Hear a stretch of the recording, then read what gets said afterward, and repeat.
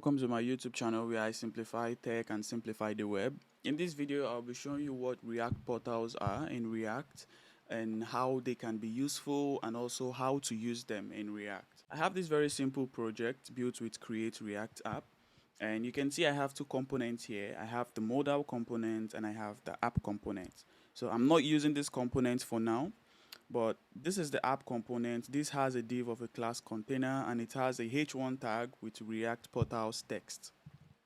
On the UI, you can see this is how it looks. We are not doing anything much here for now. So let me use this modal component in this app component here. So I'm just going to use the component here. The modal component has become a child of the app component. When I go back here, you can see I am a modal, which is the h2 coming from the modal component.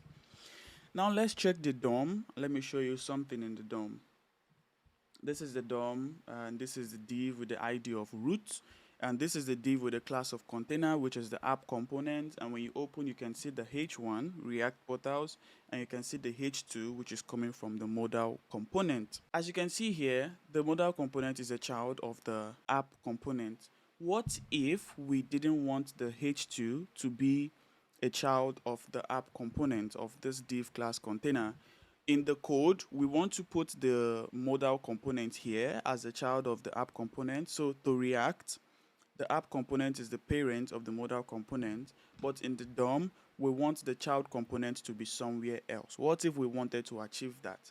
Now, before I show you how to achieve that, I want to first answer the question, why would you even want to achieve that?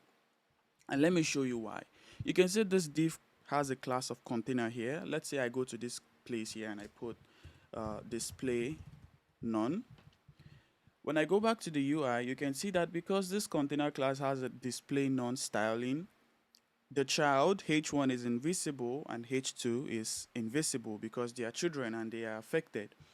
In some cases, you may not want this to be the case, and very popular examples that I can mention is for modals, for dialogues, for tooltips. You do not want them to be affected by the parent classes. Let's say this is indeed a modal that has all the functions of a modal, close modal, backdrops and all those other things.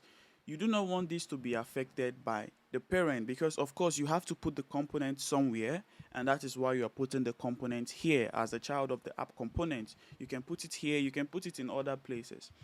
But because you don't want it to be affected by the app component, then you want it to visually break out of the parent component, and this is where you use React portals. So with React portals, even if we put the modal here as a child of the app component, we're going to do it in such a way where the h2 will be rendered somewhere else in the DOM and not inside the container class. And let me show you how. I'm going to import React DOM because that's what we're going to use, and I'm importing this from the React DOM library.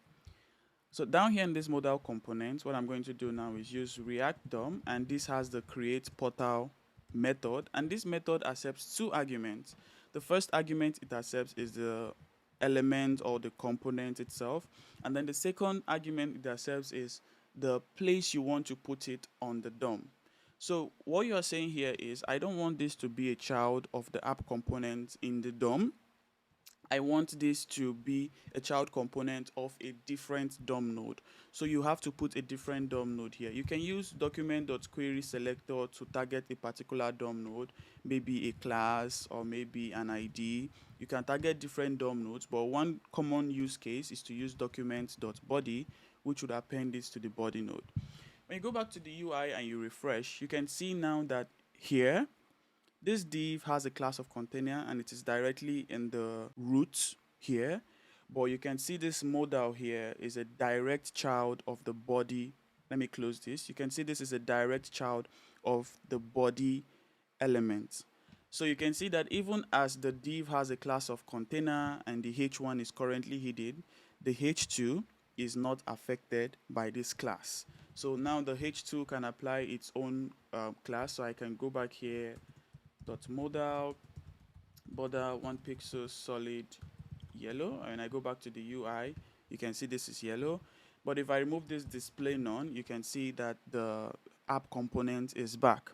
So React portals allows you to create a doorway for a component to be rendered on a different DOM node instead of rendering on the direct parent node in the React tree. But one thing you also need to know here is that portals are only for the DOM. Portals only modify the DOM node, which is this, the DOM, as you can see in this DOM source code.